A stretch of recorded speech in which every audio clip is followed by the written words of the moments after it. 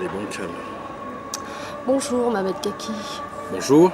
Vous allez nous organiser très prochainement une conférence sur les enjeux de la mémoire. Pouvez-vous nous parler de ces enjeux? Bien, l'enjeu de la mémoire collective, plus exactement, c'est quelque chose d'extrêmement important qui pour nous est une hypothèse de travail, en ce sens où l'enjeu de la mémoire collective est un levier de mobilisation collective. Et par conséquent, l'association Les Oranges qui organise ça a depuis des années organisé des colloques, des conférences sur cet aspect-là. Alors pourquoi ? Parce que la mémoire collective dont on parle nous, ce n'est pas la mémoire du pathos, c'est celle de la victimisation, celle où les gens se plaignent et je dirais ont encore plus de problèmes qu'ils n'en avaient auparavant avec la mémoire du pathos. La mémoire de combat, la mémoire collective dont on parle nous, c'est celle des Français héritiers de l'immigration coloniale, celle qui permet de déconstruire les processus de domination de l'histoire coloniale, celle qui permet d'avoir une autre lecture que celle qui nous est proposée par les dominants, que ce soit dans les médias ou que toutes sortes de faiseurs d'opinion, eh bien, cette mémoire collective, cette mémoire de combat dont on parle, c'est celle qui permet de restaurer l'histoire de nos parents, l'histoire collective, par exemple celle qui concerne le 17 octobre 1961, c'est une mémoire de combat, l'histoire du massacre du 17 octobre 1961 à Paris par le sieur Maurice Papon. Eh bien, c'est une mémoire où les Algériens de l'époque militaient pour la liberté, l'égalité et sauvegarder leur dignité.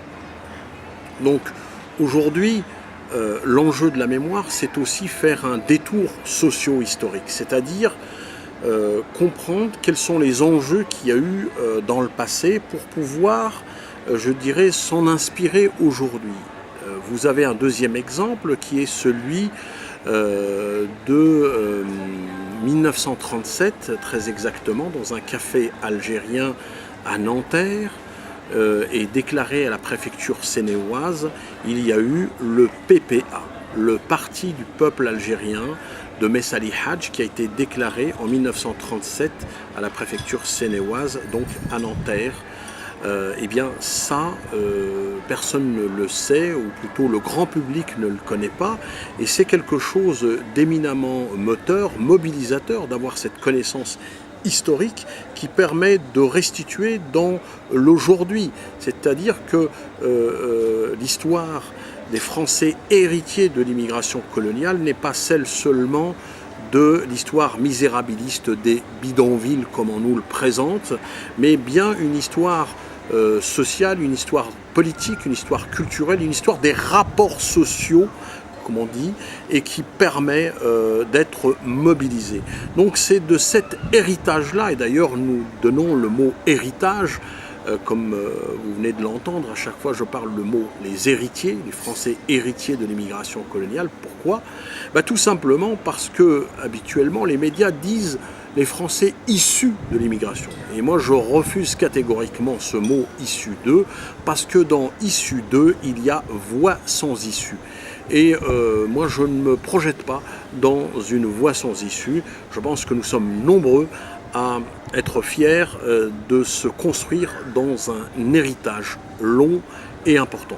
Donc c'est pourquoi ce colloque du 28 septembre 2013 que nous allons organiser à Nanterre, eh bien, parlera des enjeux de la mémoire collective, voir en quoi le travail associatif que nous avons fait à travers les conférences débats, à travers le théâtre, à travers l'écriture, à travers plusieurs leviers, voir en quoi il est utile et il permet de se projeter et de s'identifier positivement. C'est pourquoi nous pensons que c'est véritablement un enjeu important, cette histoire de la mémoire et de l'histoire, je dirais, des Français héritiers de l'immigration coloniale. Elle est importante. Elle est importante aussi dans le cadre d'une alliance stratégique, une alliance qui va rechercher les chercheurs en sciences sociales, les militants associatifs et les artistes, parce que la notion de culture est importante. Et à propos de culture, je dirais que le théâtre pour nous constitue un élément important de la dynamique de la transmission du savoir. Car nous pensons en effet, oui, que le savoir libère. Le savoir permet de déconstruire ce qui est construit, ce qui nous est donné.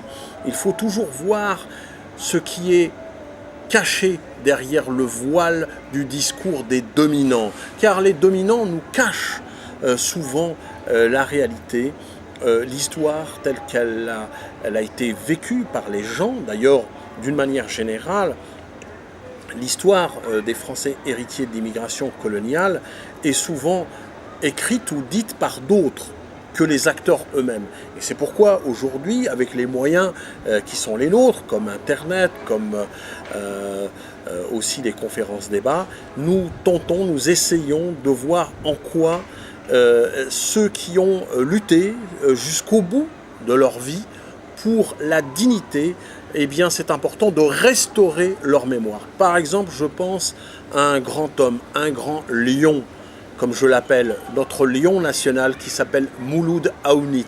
Mouloud Aounit, l'ancien président du MRAP, est décédé le 10 août 2012 et c'était un grand homme, un homme qui a su, je dirais, donner de la dignité à tous. C'est celui qui s'est battu de manière courageuse avec sa voix puissante pour permettre de donner à ceux qui sont sans voix de la dignité, de restaurer leur mémoire et de dire qu'ils existent, comme dirait Abdelmalek Sayad, exister, c'est exister politiquement. Donc oui, nous sommes présents, nous existons, et je dois dire qu'à l'approche de mars 2014, il y aura un événement important qui est celui des élections municipales. Eh bien, notre collectif, le collectif national pour la reconnaissance, le CNR, sera présent partout et sera vigilant par rapport aux candidats qui se présenteront sur la notion de respect, sur la notion d'égalité, sur la notion de justice, sur la notion de progrès bien sûr, mais aussi sur la notion de la mémoire et du respect de la mémoire des Français héritiers de l'immigration coloniale. Donc nous serons très vigilants pour voir qui dit quoi, comment, et nous nous positionnerons à partir des projets, sur la base des projets de chacun de ces candidats et de ces candidates, et nous leur disons, vous pouvez compter sur nous pour étudier vos dossiers. Avec nos remerciements, Monsieur Mamed Kaki. Merci. Au revoir.